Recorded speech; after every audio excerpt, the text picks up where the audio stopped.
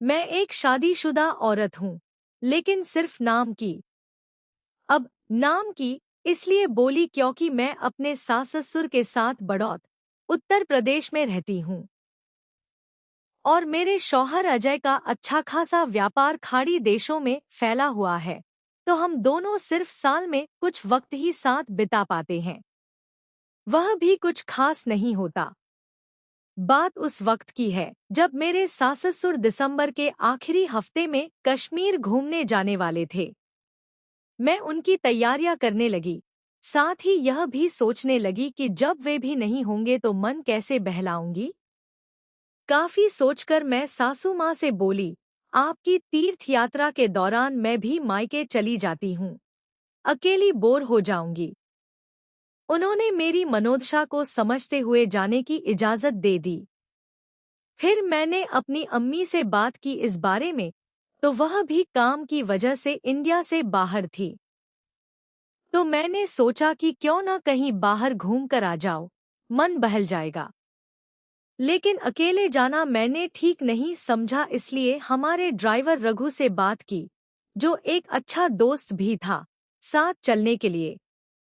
उसने हाँ कर दी, लेकिन यह कसम भी ली उससे कि इस बारे में घर में किसी को पता न चले। हमने जाने के लिए गोवा चुना, जो मेरी सबसे पसंदीदा जगह है। वहाँ के हिसाब से हमने जरूरी खरीदारी की। मैं और रघु निकल पड़े एक खूबसूरत सफर पर। दिल्ली से सीधे गोवा की फ्लाइट लेकर गोवा पहुंचकर हम वहां होटल में गए और थोड़ा आराम किया। फिर शाम को हम गोवा की खूबसूरत सैर पर निकल गए।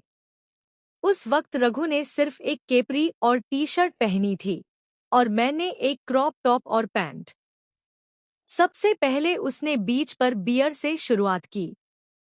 बियर पीने के बाद वहां की ठंडी हवाएं मेरे बदन को छूकर निकलने लगी, जिससे मुझे बड़ी अच्छी गुदगुदी होने लगी।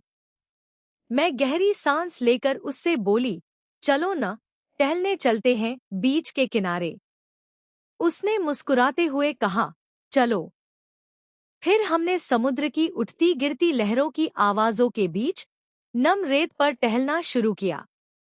कुछ दूर जाते ही लोगों की भीड़ कम होने लगी और चारों तरफ एक खामोशी छा गई। तभी उसने मेरी तरफ देखा और कहा, बीच पर टहलने का असली मजा कम ही कपड़ों में है। शाम का अंधेरा पूरी तरह ढलने को था और ठंडी हवा जिस्म में आग लगा रही थी, तो मैं भी शर्माते और मुस्कुराते हुए बोली, ठीक है, और अपना क्रॉप टॉप उतारकर रेत पर फेंकते हुए आगे बढ़ने लगी। कुछ दूर टहलते हुए देखा कि दूर अंधेरे में कोई विदेशी कपल एक दूसरे की बाहों में समाया हुआ था। उन्हें उस हाल में देखकर रघु मुस्कुराया, साथ में मैं भी कामुकता से मुस्कुरा उठी। हवा का झोंका और बियर का नशा अब पूरी तरह हम पर हावी हो रहा था। कुछ दूर जाने के बाद रघु ने मेरी आंखों में आंखें डालकर कहा, आज की शाम को मैं यादगार बनाना चाहता हूँ। हम वापस होटल आए। कमरे की रोशनी मंद रखते हुए उसने चुपचाप दरवाजा बंद किया।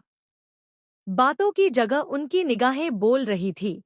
हमने काफी देर एक दूसरे के साथ नजदीकी बनाए रखी और फिर रघु ने मुझे बिस्तर पर लेटा दिया। मैंने काफी देर रघु के साथ मैच खेला। फिर हम थककर कुछ देर ऐसे ही लेटे रहे, बातें रुकी रहीं। हम एक ही कंबल में थकावट बांटते हुए और कुछ देर के लिए दुनिया से कटकर एक दूसरे की मौजूदगी में खो गए। कुछ देर बाद मैंने जोर से सांस ली और ठान लिया कि इसे छिपाना आसान नहीं होगा। न तो यह सिर्फ मेरी गलती थी और न ही सिर्फ उसकी, यह हमारी दोनों की बनी हुई एक लकीर थी, जिसे अब किसी न किसी दिन पार करना पड़ेगा। शाम तक मैंने फैसला किया, मैं और रघु दोनों को अब यह तय करना होगा कि यह रात एक भूल थी या इससे आगे कुछ बदलेगा। कहानी यहाँ खत्म होती है। यह कहानी आपको कैसी लगी कमेंट में अपनी राय जरूर दें।